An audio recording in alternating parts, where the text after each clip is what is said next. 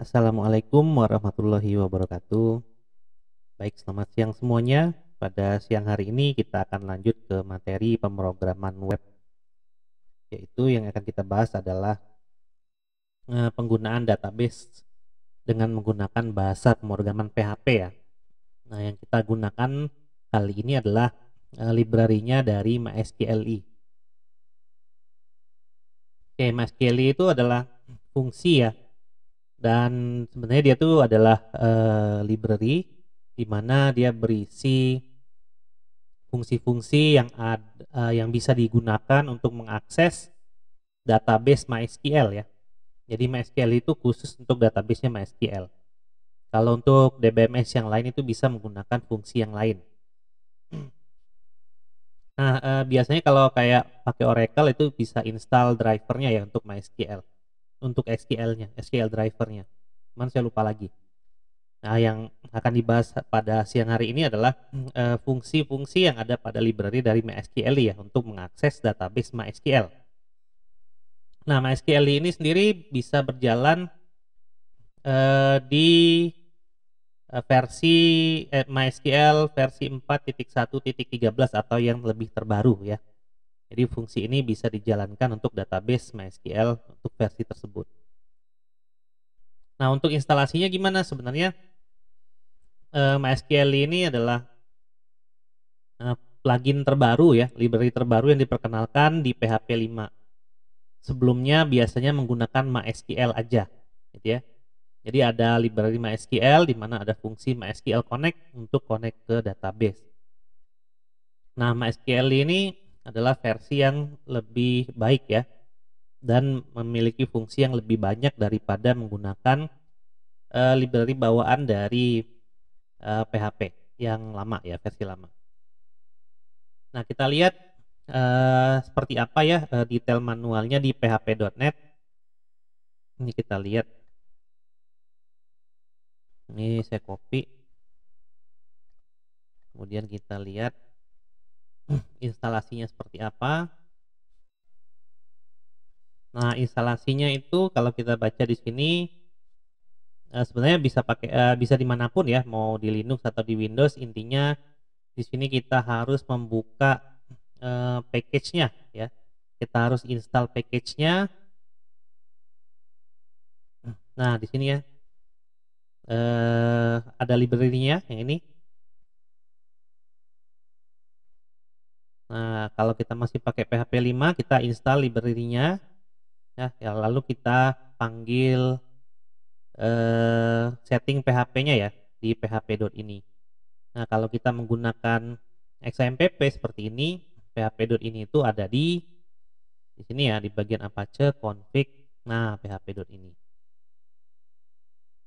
Nah, di sini kita aktifkan extension-nya ya. Extension-nya adalah php mysqli.dll. Nah, karena PHP yang saya pakai ini adalah versi yang lebih tinggi daripada versi 5.1.5.2.5.3, artinya di sini ada keterangannya ya bahwa untuk PHP lebih dari versi 5 gitu ya, itu sudah terintegrasi di atas versi ini sudah terintegrasi ya. Jadi di atas versi 5.3 ya atau terbaru sudah menjadi native driver, artinya tidak perlu kita install libmysql.dll lagi gitu ya. Nah, untuk melihat tadi ada di mana extensionnya ya, jadi extensionnya kalau tadi kita gunakan mysqli.dll ya, karena drivernya belum native. Native itu artinya masih terpisah dan kita download, nanti kita taruh di pad settingnya PHP. Nah, kalau tidak ini udah native ya, jadi langsung aja kita cek ya mysqli.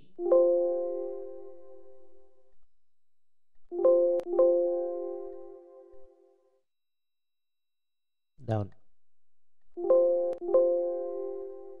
Oh ya, MySQL ya. Nah, extensionnya langsung di sini MySQL aja tanpa ada DLL atau php_mysql DLL, karena dia udah native. Native itu artinya sudah terintegrasi dengan versi PHP-nya. Jadi kita tidak perlu lagi download libmysql.dll-nya gitu ya. Nah, ada di sini. Nah, untuk melihat versi PHP yang saya gunakan itu kita lihat di localhost ya. Nah, ini adalah versi PHP yang saya gunakan ya, udah versi 7 ya, PHP 7. Maka kalau PHP 7 library MySQL itu tidak perlu lagi kita install gitu ya. Jadi kita langsung gunakan saja gitu ya. Oke, seperti itu MySQL. Apa saja fungsi-fungsi yang ada di MySQL? Kita ambil fungsi yang standar aja ya. Untuk koneksi ke database kita bisa gunakan fungsi dari MySQL Connect. Nah, fungsi dari Connect atau MySQL Connect ini, jadi bisa Connect atau MySQL Connect adalah untuk membuka koneksi ke database ya, dengan syarat MySQL servernya juga harus aktif ya. Nah, kalau di XAMPP berarti harus kita jalankan dulu server MySQL-nya seperti ini. Nah, ini adalah sintaksnya ya, ada 2 sintaks yang diperkenalkan di sini. Untuk procedural style itu biasa MySQL_connect ya.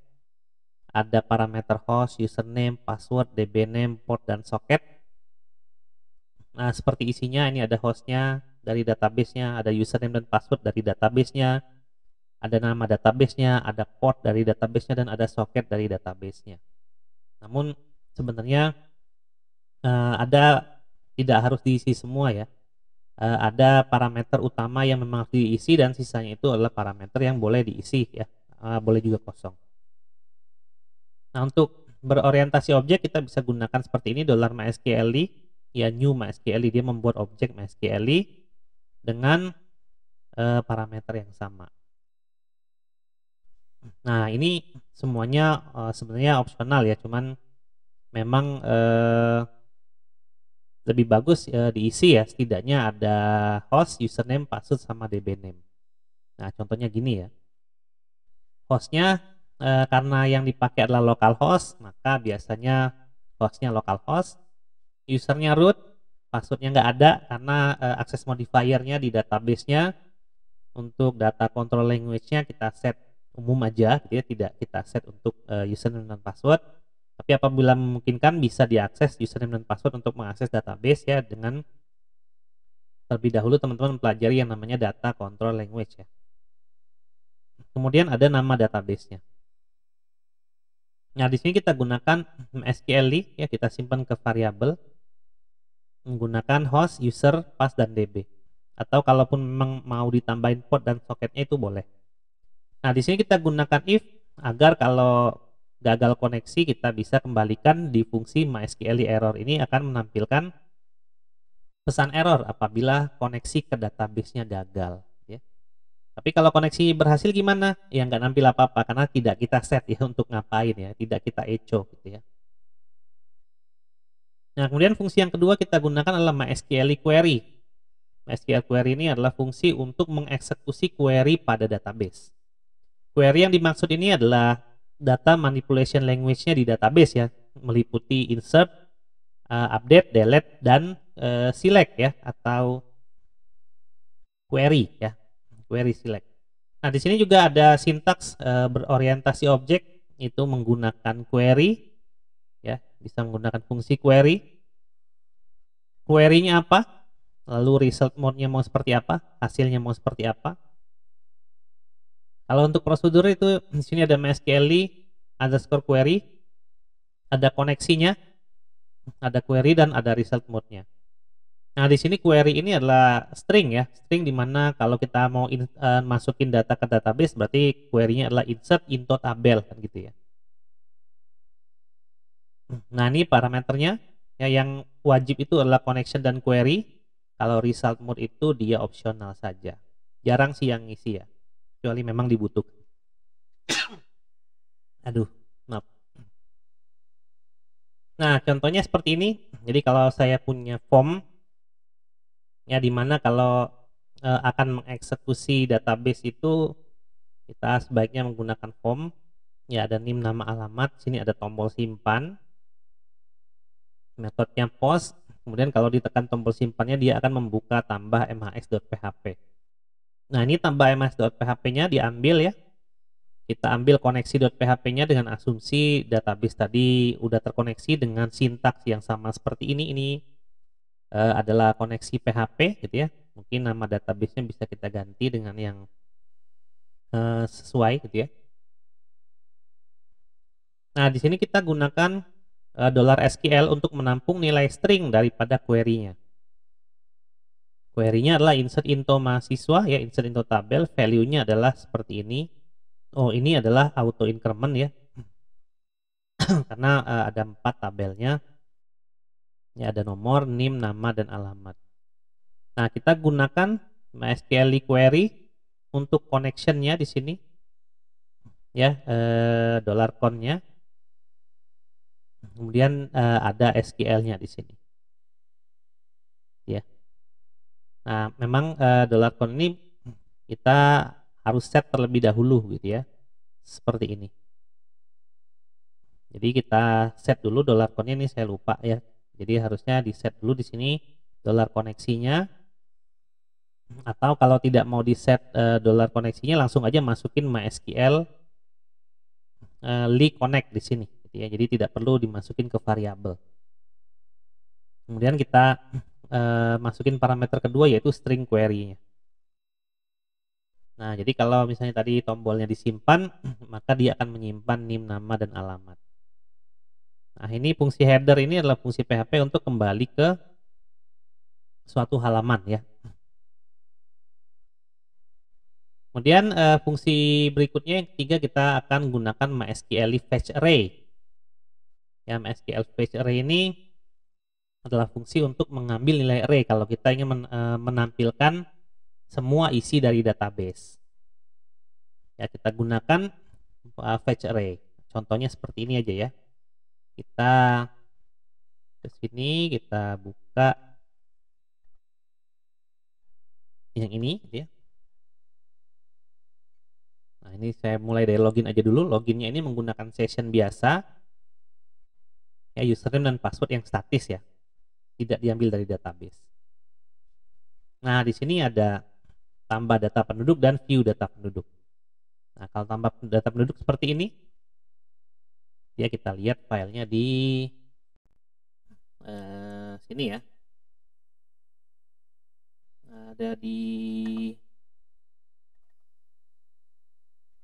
sini. Mana dok? PHP CRUD 2. Nah, di sini. Ya, itu ada form insert penduduk.php. Nah, seperti ini ya. Nah, nanti akan eksekusi simpan penduduk.php ya. Kita buka simpan penduduk.php-nya. Nah, ini. Nah, menggunakan koneksi tadi ya. Koneksi ini sama ya, hijau. Kemudian query-nya ini, query gitu ya. Query. Ya, kalau kita tidak mau gunakan variabel koneksi dan query, ya masukin aja semuanya di sini gitu ya. Nah, ini ketika kita masukin, dia akan menyimpan nama 2345, misalnya Lolo. Oke, itu udah masuk. Kita lihat di phpMyAdmin. Cuman saya lupa database-nya apa, negara ya. Nggak nyambung sih. Penduduk, oh ya, negara penduduk. Oke, ini Lolo udah masuk ya, Lolo 2345 2345 gitu ya. Ini Lolo lagi gitu ya. Kalau kita masukin lagi misalnya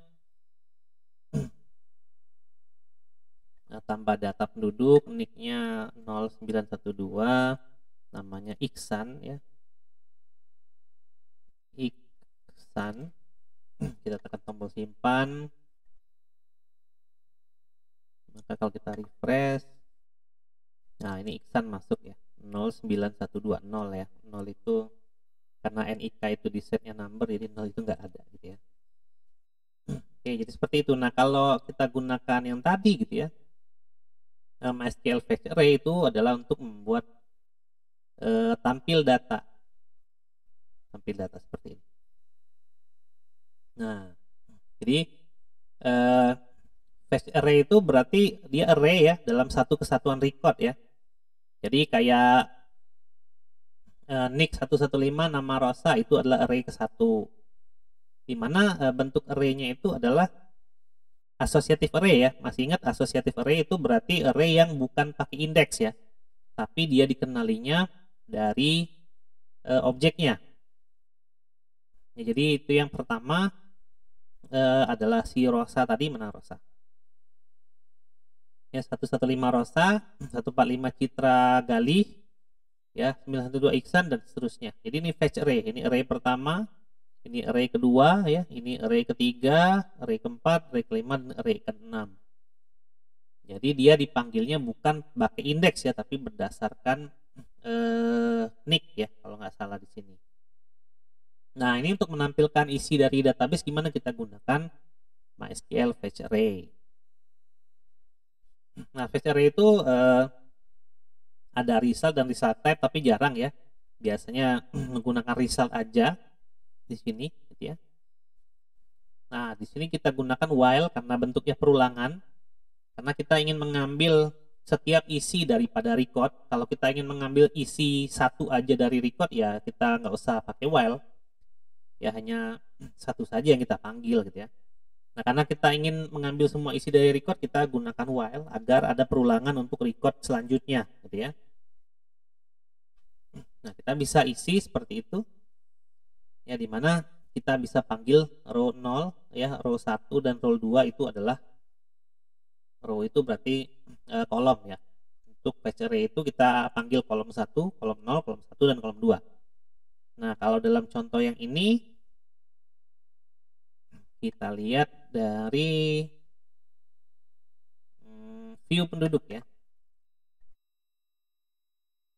Nah, berarti nick dan nama ya, karena fetch array itu sebenarnya lebih ke tadi ya, lebih ke apa, array associative array ya, tapi bisa juga tadi sepertinya untuk menggunakan array biasa, tapi biasanya sih ya menggunakan associative array seperti itu. Cuman saya nggak yakin ya yang di slide ini apakah jalan atau enggak ya, ini saya lupa lagi soalnya belum saya cobain.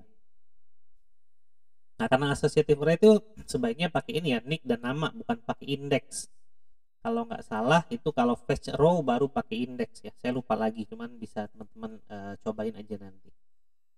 Nah, di sini kita gunakan while karena data yang akan diambil itu lebih dari satu, tadi ada 6 ya. Maka nanti kita akan membuat tabel berulang kali sebanyak 6 kali dan dia akan diambil satu baris recordnya yang isinya adalah nick dan nama. Nah, ini kita gunakan fetch array ya, MySQL fetch array. Nah, kalau kita ingin mengeksekusi dengan suatu kondisi, kita juga bisa pakai if dan else ya. Cuman memang biasakan pakai if dan else ya untuk masalah koneksi ke database, karena bisa jadi koneksinya gagal. Nah, kalau mau melakukan update seperti apa? Sama ya, MySQL juga gitu ya. Cuman nanti kita akan gunakan SQL-nya update gitu ya, SQL-nya update. Jadi update mahasiswa, set NIM dari NIM, nama dari nama, alamat dari alamat, where ID sama dengan sekian.